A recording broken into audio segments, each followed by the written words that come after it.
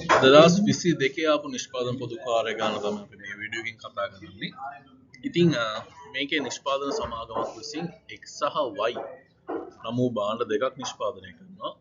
මේ භාණ්ඩ නිෂ්පාදනය කිරීම සඳහා එකලස් සහ නිමැවුම් විදියට නිෂ්පාදන දෙපාර්තමේන්තු දෙකක් සහ ගබඩාව කියන සේවා මධ්‍යස්ථානයක් තියෙනවා. මේ ඔක්කොම තියෙන එකම තැනක. සහ මේකෙත් අපිට තොරතුරු දීලා තියෙන්නේ ඉදිරි මූල්‍ය වර්ෂය සඳහා අයවැයගත නිෂ්පාදන පොදු කාර්ය පිරිවෙන අපිට දීලා තියෙනවා.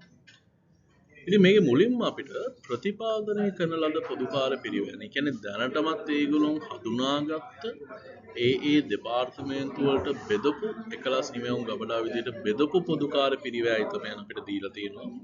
ඊට පස්සේ අපිට තියෙනවා වෙනත් පොදු කාර්ය පිරිවෙන. ඉතින් ওই වෙනත් පොදු කාර්ය පිරිවෙන තමයි අපි සුදුසු විභජන පදනමක් භාවිතා කරලා එකලස් නිමැවුම් සහ ගබඩාව විදියට බෙදා හරින්න ඕනේ.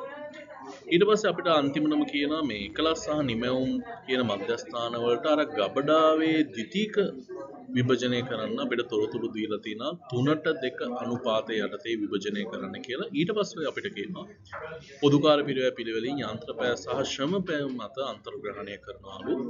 ඊට පස්සේ ඒ අදාළ පැය ගණන් අපිට දීලා තියෙනවා. ඉතින් අපි මුලින්ම බලමු කොහොමද නිෂ්පාදන පොදු කාර්ය විශ්ලේෂණ පත්‍රිකාව හදන්නේ කියන එක. ඉතින් මේකේ මුලින්ම අර විභජනය කරලා ඒ කියන්නේ ප්‍රතිපාදනය කරලා අපිට දුන්න පොදු කාර්ය පිළිවෙල අපි මුලින් දා ගන්නවා.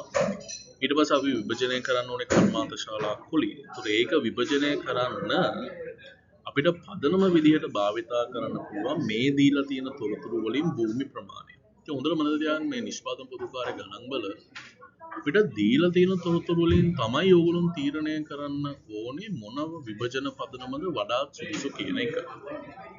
දැන් උදාහරණයක් විදිහට දැන් මේකෙත් විදුලිය තියෙනවානේ. දැන් විදුලියට අපිට තොරතුරු දීලා තියෙනවා කිලෝවොට් පැය. හැබැයි අපි තුමුකු මොකක් හරි ගානක අපිට විදුලිය කියන නිෂ්පාදන පොදු කාර්යය දීලා තියෙනවා. හැබැයි කිලෝවොට් පැය ගණන් අපිට ඒ තොරතුරු දීලා නැහැ. ඒතකොට ඒ තොරතුරු දීලා නැති තැනක ඕගොල්ලෝ කිලෝවොට් පැය කියලා දාලා එහෙම හදන්න බෑ. එතකොට අපිට ඊට පස්සේ වඩා සුදුසු විභජන පදනමකට යන්න ඕනේ. ඉතින් ඒක සමහරක් වෙලාවට දීලා තියෙන තොරතුරුත් එක්ක භූමි ප්‍රමාණය කියන එක භාවිතා කරන්න පුළුවන්. අර ඒ වගේ. ඒ නිසා අපිට ගණන් වල දීලා තියෙන විභජන පදනම් වලින් තමයි වඩාත් සුදුසු ඒ බේස් එක විභජන පදනම හොයාගෙන අපි වැඩේ කරන්න ඕනේ.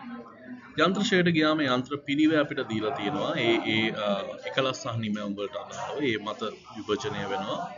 තොරතුරු පද්ධති ගත්තම මේ තොරතුරු පද්ධතිය මගින් ජනනය කරන ලබන වාර්තාවල ඒකක ප්‍රමාණයන් දීලා තියෙනවා. ඒක තමයි අපිට පදනම විදියට භාවිතා කරන්න පුළුවන්. ඉතින් ඔය එක්ක අපිට එකතුන් ගන්න පුළුවන්. ඊට පස්සේ මේකේ අතිරේක තොරතුරු වල කියලා තියෙනවා මේ ගබඩාවේ රැස් වෙච්ච පොදු කාර්ය 3:2 අනුපාතය භාවිතා කරලා ආයි නැවත එකලස් සහ නිමැවුම් කියන නිෂ්පාදන දෙපාර්තමේන්තු දෙකට බෙදන්න කියන එක. ඉතින් අතර මෙතන මේ ද්විතීක විභජනයේදී වෙන්නේ දැන් මේ නිෂ්පාදන කර්මාන්ත ශාලාවේ නිෂ්පාදනයක් සිද්ධ වෙන්නේ එකලස් සහ නිමැවුම් කියන දෙපාර්තමේන්තු දෙකේ. ඒතර ගබඩාව කියන සේවා දෙපාර්තමේන්තුව තියෙන්නේ මේ එකලස් සහ නිමැවුම් කියන දෙපාර්තමේන්තු දෙකට උදව් කරන්න සේවා සපයන්න. උදව් කියන එක නෙමෙයි හරි වචනේ සේවා සපයන්න. ඒතකොට අන්තිමට අපි මේ ගබඩාව කියන සේවා දෙපාර්තමේන්තුවේ රැස් වෙච්ච පොදු කාර්යය අපි නැවත ද්විතීක විභජනය කරනවා අර නිෂ්පාදන දෙපාර්තමේන්තු දෙකට. ඒකට හේතුව ගබඩාව කියන සේවා දෙපාර්තමේන්තුව ඕගොල්ලෝ පවත්වාගෙන ගිහිල්ලා තියෙන්නේ අර එකලස් සහ නිමැවුම් කියන දෙපාර්තමේන්තු දෙකට සර්ව් කරන්න සර්විස් එකක්. හරි. ඉතින් ඒ අනුව අපි මුළු නිෂ්පාදන පොදු කාර්යය එකලස් සහ නිමැවුම් 1600 1400 ඔය විදිහට හොයා ගන්නවා. ඊට පස්සේ අපිට විභජන පදනම් විදියට දීලා තියෙනවා මේගොල්ලෝ යන්ත්‍ර පැය එකලස් දෙපාර්තමේන්තුවට යන්ත්‍ර පැය සහ නිමැවුම් දෙපාර්තමේන්තුවට ශ්‍රම පැය සහ ඒ පැය ගණනුත් මෙතන වෙනම දීලා තියෙනවා. ලේසියි. මේක එක පොඩි ට්‍රිකි තරක් තියෙන අන්තිමට. නැත්නම් එතනට නම් මේකේ ලොකු විශේෂත්වයක් වෙනසක් නැහැ. ඔය ආපු ගණන් එක බැලුවම. එක පොඩි තරක් තියෙනවා චුට්ටක් හිතන අපි එතනට යනවා. ඊට කලින් මේ තියෙන මම දැන් ඉෂුව කරලා තියෙන පොත් තුනේ A-levels වලට ප්‍රැක්ටිස් කරන්න self studies papers පාක් මුළු සිලබස් එකම කවර් වෙන්නේ. ඊට පස්සේ සමාගම් ගණන් 25ක් සහ මුදල් ප්‍රවාහ ගණන් 25ක් මේ පුත් තුනම ගන්න පුළුවන්. ගොන්න ගෙදරටම ගෙන්න ගන්න පුළුවන්. ඉංග්‍රීසි මීඩියම් සිංහල මීඩියම් කියන දෙකෙන්ම තියෙනවා. ඔයගොල්ලෝගේ යාළුවන්ට ෂෙයා කරන්න. ඔයගොල්ලෝ පොත් ගන්නවා මට WhatsApp එකට මැසේජ් එකක් දාන්න. අපි මෙතන විභජන අනුපාතයන් ගත්තම මේ විභජන අනුපාතයන් අපිට දීලා තියෙනවා පැය ගණන්. ඊට පස්සේ එකලස් දෙපාර්තමේන්තුවේ යන්ත්‍ර පැයකට අන්තර්ගහනය වෙන පොදු කාර්ය 40යි. නිමැවුම් දෙපාර්තමේන්තුවේ ශ්‍රම පැයකට අන්තර්ගහනය වෙන පොදු කාර්ය පිරිවැය 20යි.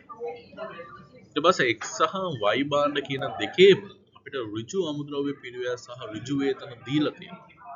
ඉතින් ඒකෙන් අපිට හොයාගන්න පුළුවන් ප්‍රාථමික පිරිවැය. ඊට පස්සේ නිෂ්පාදන පොදු කාර්ය ගණනය කරනකොට ඒ සඳහා ගිය සත්‍ය පැය ගණන් අපිට දීලා තියෙනවා. ඒතර ඒ හොයාගත්ත විභජන අන්තර්ග්‍රහණ අනුපාතයන් ඒ පැය ගාණෙන් වැඩි කරලා නිෂ්පාදන පොදු කාර්ය අන්තර්ග්‍රහණය කරන්න පුළුවන්. ඉතින් ඒ අනුව ඔයගොල්ලන්ට හොයාගන්න පුළුවන් මුළු නිෂ්පාදන පිරිවැය X භාණ්ඩය සහ Y භාණ්ඩය. ඊට පස්සේ මේ ලක්ෂණ වැඩේ තියෙන්නේ මේ විකුණුම් මිල තීරණය වෙනකොට X භාණ්ඩයේ සහ Y භාණ්ඩයේ විකුණුම් මිල තීරණය වී තියෙන්නේ විධි දෙකකට. අපි X භාණ්ඩය ගත්තම X භාණ්ඩය කියනවා ඒකකයක නිෂ්පාදන පිරිවැය මත 120ක්. ඒතර නිෂ්පාදන පිරිවැය 800යි ඒකට 120ක් තමයි ලාභාන්තිකය වෙන්නේ. ඉතින් ඒ අනුව ඒකේ විකුණුම් මිල වෙන්නේ 960යි. හැබැයි අපි Y භාණ්ඩයට Y භාණ්ඩය කියනවා ඒකකයක විකුණුම් මිල මත 110ක්. ඒතර හරි ඉන්ටරෙස්ටිං. එතකොට මේකේ මේ විකුණුම් මිල තමයි සමාන වෙන්නේ 100%ට. හරි විකුණුම් මිල 100% නම් ලාභාන්තිකය 10%යි. එහෙනම් නිෂ්පාදන පිරිවැය සමාන වෙන්නේ 90%.